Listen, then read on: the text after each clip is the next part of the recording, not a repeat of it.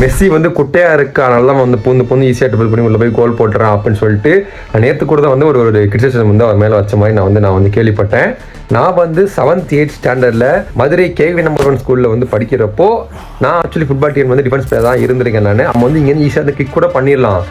ஆனால் வந்து நம்ம ஒரு 4 பேர் வரப்போ கொண்டு போகிறது, பாலை கட் பண்ணி கொண்டு போகிறது வந்து பெரிய விஷயம், பெரிய ஸ்கில் வந்து அதுக்கு வந்து தேவைப்படும். அதை வந்து இந்த மெஸ்ஸின்ற ஒரு மனுஷன் வந்து ஈஸியாக இப்படின்றதுக்குள்ள வந்து சப்பையாக வந்து நமக்கு வந்து காமிச்சிருக்காரு. இந்த ஹைட்டாக இருக்காரு, குட்டியாக இருக்கான்றதை தாண்டி வந்து அந்த ஸ்கில் வச்சிருக்கான்றது வந்து எனக்கு வந்து ஃபுட்பாலே வந்து மிகப்பெரிய விஷயமா வந்து நான் பார்க்குறேன்.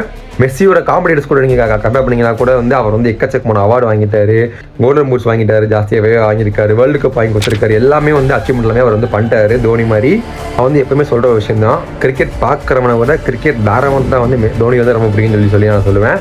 அதே மாதிரி தான் ஃபுட்பால் பார்க்குறவனை விட ஃபுட்பால் தாரவன் தான் வந்து மெஸ்ஸி வந்து எந்த அளவுக்கு கோட்டு அப்படின்னு சொல்லி மெஸ்ஸி வந்து ரொம்ப பிடிக்கும். எனக்கு ரொனால்டோ மேலேயும் ரெஸ்பெக்ட் இருக்குது. பட் கம்பேரிசன் வரப்போ I am a true pure Messi fan. அப்படி இன்னைக்கு தமிழோட 38வது பர்த்டே.